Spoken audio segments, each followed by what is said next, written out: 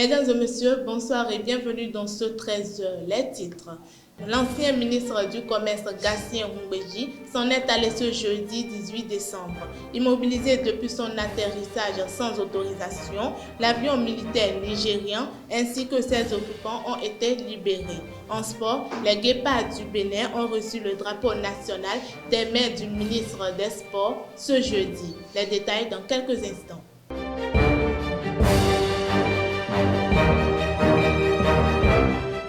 Rebonsoir à tous. Comme je l'annonçais en titre, l'ancien ministre Gatien Rumbeji a tiré sa révérence hier jeudi 18 décembre, le jour même de son anniversaire. Né le 18 décembre 1949 à Cotonou, Gatien Rumbeji est expert et consultant en management en transport international. Il fut ministre du Commerce dans le gouvernement de l'ancien président Mathieu Kérékou. Il avait créé le parti Union pour la démocratie et le développement économique et social. Plusieurs fois candidat à l'élection présidentielle au Bénin, l'ancien ministre a été aussi haut-commissaire de la solidarité nationale. Face aux risques liés à la rage à Parakou, la chargée de la cellule de diagnostic des soins de la rage, Ghislaine Akbo, tire la sonnette d'alarme. Elle explique les périodes clés de vaccination et l'importance d'un suivi vétérinaire. Elle en profite également pour prodiguer des conseils pratiques aux propriétaires de chiens afin de prévenir la maladie et adopter de bons réflexes au quotidien. Ces propos avec Mouidine Lawani. Déjà à l'âge de 3 mois, il faut faire vacciner son chien contre la rage canine. Et sans ne pas perdre de vue le déparasitage également, qui est très important. Pour que la vaccination prenne, il faut que le chien soit indemne des parasites internes, vue externe.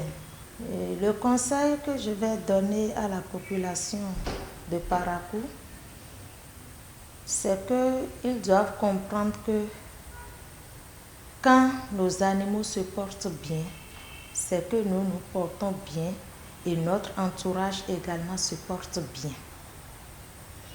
Quand le chien est malade, la première victime qui est exposée, la première personne à être exposée, ça commence par son propriétaire, lui-même.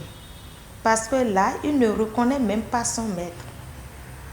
Ce qu'il y a lieu de faire, c'est de respecter les vaccinations. Faire vacciner son chien, faire les rappels normalement, parce que pour certains propriétaires, quand ils vaccinent le chien une fois, c'est que c'est fini. Non. La vaccination a une couverture d'1 an. Elle est annuelle. Donc, tous les ans, il faut faire vacciner son chien. Outre que la vaccination, étant choisi d'élever un chien, il faut prévoir une cage pour le chien. Avoir une chaîne, c'est au propriétaire de voir. Soit il enchaîne son chien, soit il le met en cage. C'est pour éviter la divagation des animaux dans la ville. C'est ce qui fait qu'on rencontre des chiens sans propriétaire, les chiens errants. Les chiens errent un peu partout dans la ville et ils créent des accidents, des maladies telles que la rage et j'en passe. Le président de la Haute Autorité de l'Audiovisuel et de la Communication, Edouard Loko, a reçu en audience la ministre du Numérique et de la Digitalisation, Aurélie Adam Zoulé-Zoumarou, ce jeudi 18 décembre 2025. Cette rencontre s'inscrit dans une dynamique de coopération entre le ministère et l'organe de régulation des médias.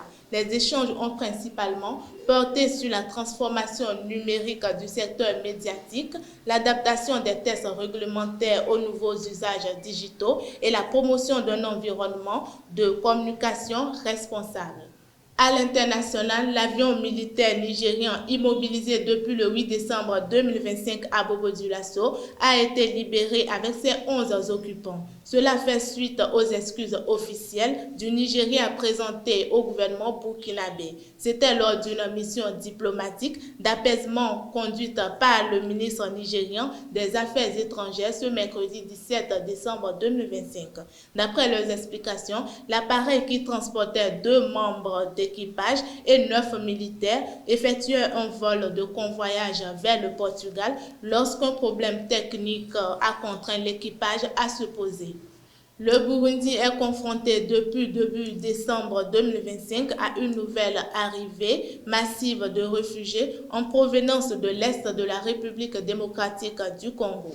Selon un rapport des agences coordonnées par les États-Unis, près de 90 000 personnes ont traversé la frontière burundaise en autant pour moins de 2 semaines pour fuir les violences dans le sud Kivu. Face à l'ampleur de la crise, ces agences et partenaires onusiens ont lancé mercredi 17 décembre 2025 un nouvel appel de fonds de 33,2 millions de dollars pour financer la réponse d'urgence.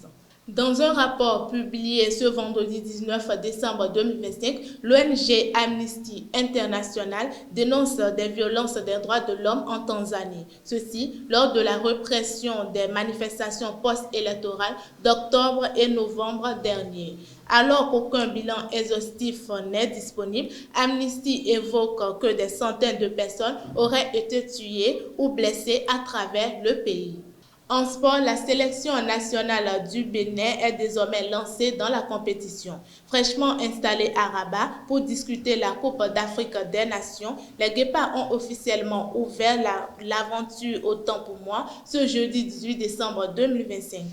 Ceci à l'occasion de la cérémonie de remise du drapeau national. L'événement s'est tenu en présence du ministre des Sports Benoît Dato qui a tenu à manifester le soutien des autorités béninoises aux représentants du pays. Cette séquence solennelle a rappelé aux joueurs l'enjeu de leur participation, défendre avec fierté et engagement les couleurs nationales. En déplacement à Niki pour le compte de la 12e journée de la Celtics Ligue 1, Damissa FC a frappé fort en allant s'imposer 2-0 au stade Omnisport de Niki. Devant le public de l'Union sportive des Cavaliers de Niki, les Félins ont scellé le sort du match grâce aux réalisations de Atisso et Debo. Retour en image de ce derby avec Abel Ojo.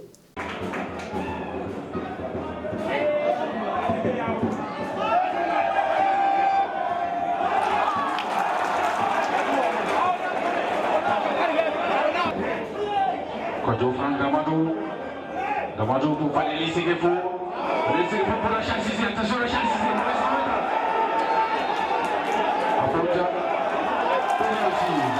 Face à Badil. Dafi encore à Kodjofan.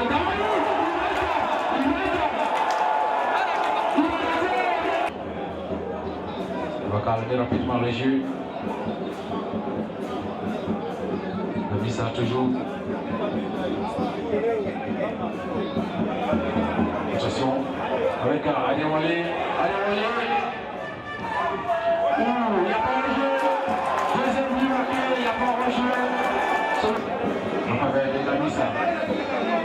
Puis le top est donné. C'est un tiré. Pour finir, le compte à rebours de la Coupe d'Afrique des Nations CAN 2025 est officiellement lancé. Dès ce week-end, les auteurs du football africain se donnent rendez-vous pour le coup d'envoi de cet événement continental. Prévu pour se dérouler du 21 décembre 2025 au 18 janvier 2026, la compétition débute ce dimanche. Selon ce calendrier, la CAN s'ouvrira ce dimanche 21 décembre avec l'entrée en liste du pays hôte, le Maroc. Il affrontera les Comores au complexe sportif Prince Moulay Abdellah. Mesdames et messieurs, c'est tout pour aujourd'hui. Merci pour votre aimable attention et à la prochaine.